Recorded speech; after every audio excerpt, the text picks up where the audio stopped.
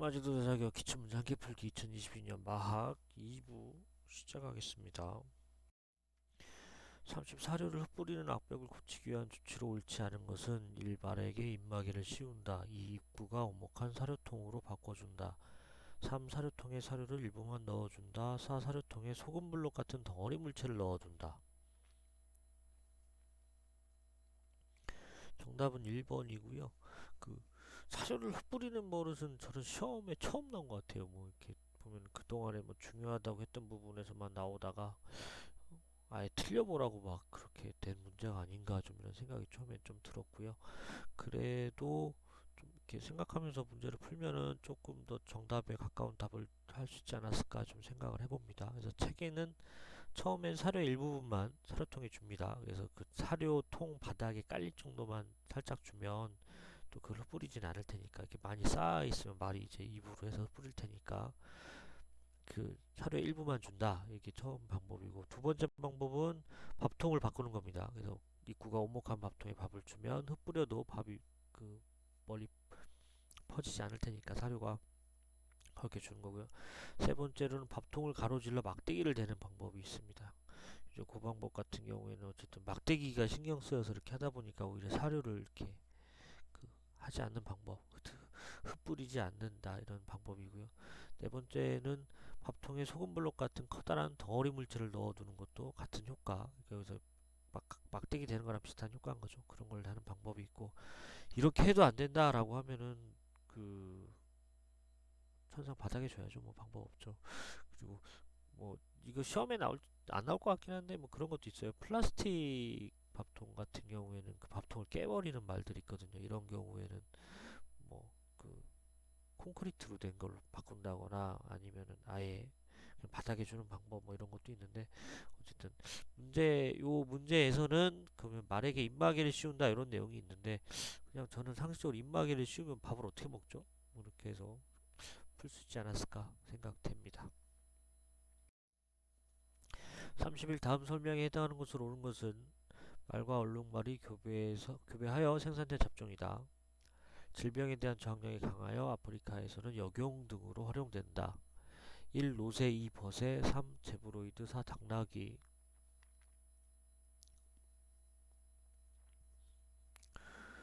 정답 3번 제브로이드고요. 요거는 제브로이드 시험에 나온 거 처음 봤어요. 제가 2017년 막은 2017년 시험부터 제가 체크를 한 것 같은데 그 뒤로는 제브로이드가 한 번도 안 나왔는데 제브로이드가 시험에 나왔습니다. 그래서 하나씩 설명을 드리면 노새는 암말과 수탕나귀입니다. 암말과 수탕나귀. 그래서 21년 작년에 출자됐던 거고 버새는 수말과 암탉나귀가 교배하여 생긴 잡종입니다. 가장 어려운 게 노새하고 버새 구별하는 건데요. 저는 이거 도저히 안 외워져가지고 연세 드신 분들이나 좀 이렇게 그 옛날에 유명했던 대로 하면은 수안보 온천이라고 있어요. 그래서 수말과 암탉나귀는 버새다. 그래서 그 수안보 온천을 생각하면서 다음 순서만 이렇게 따가지고 이렇게 어거지로 외웠습니다. 그 뒤로 어거지로 외우니까 좀 그 뒤로는 좀 잘 기억이 났는데 요거 노새 버새 잘 외우시는 방법 있으면 좀 알려주시면 감사하겠습니다. 그리고 4번의 당나귀는 우리 생물 시간에 종속 과목 강문계라고 해서 동물의 분류가 나오잖아요. 그래서 말과에 그 당나귀와 얼룩말이 포함이 됩니다. 그래서 요거는 그 말과 동물과 잡종이 아니라 아예 별도의 생물 이렇게 생각하시면 될 것 같아요. 그래서 어쨌든 답은 말과 얼룩말이 교배하여 생산된 잡종은 제브로이드 이렇게 되겠습니다. 32 말의 순환기계에 대한 설명으로 옳지 않은 것은 1. 말의 심장 무게는 보통 4, 5kg 정도이며 잘 달리는 말일수록 심장이 크다. 2. 말의 혈액량은 말 체중의 약 20% 정도이며 경종마의 경우 전체 혈액량은 80에서 100리터 정도이다.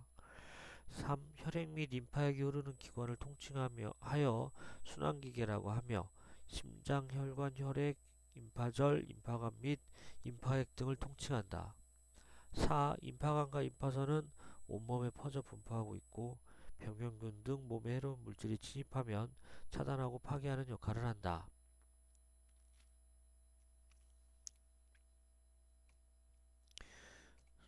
정답은 2번이고요. 솔직히 이거 뭐 음, 순환기계가 그렇게 잘 나오는 시험 문제가 아닌 걸로 제가 기억하는데 어쨌든 이렇게 어떻게 그 중에서도 그러니까 순환기계 파트가 잘 나오는 파트가 아닌데 그 중에서도 잘 안 나오는 부분만 어떻게 추려갖고 이게 시험을 문제를 낸다.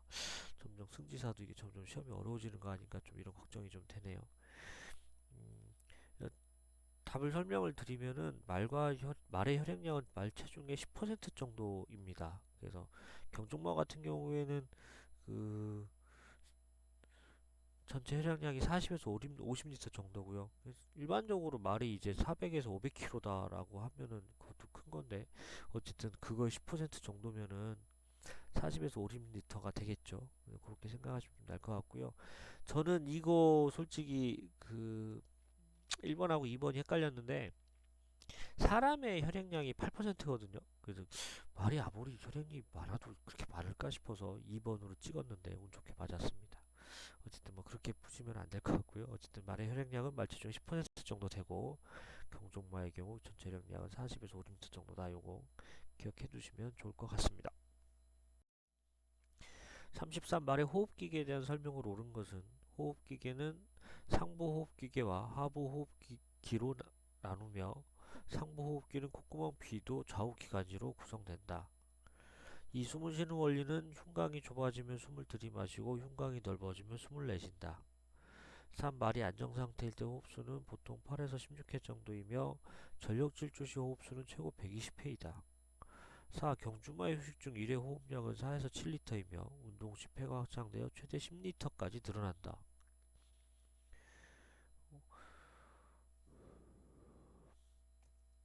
정답은 4번이고요.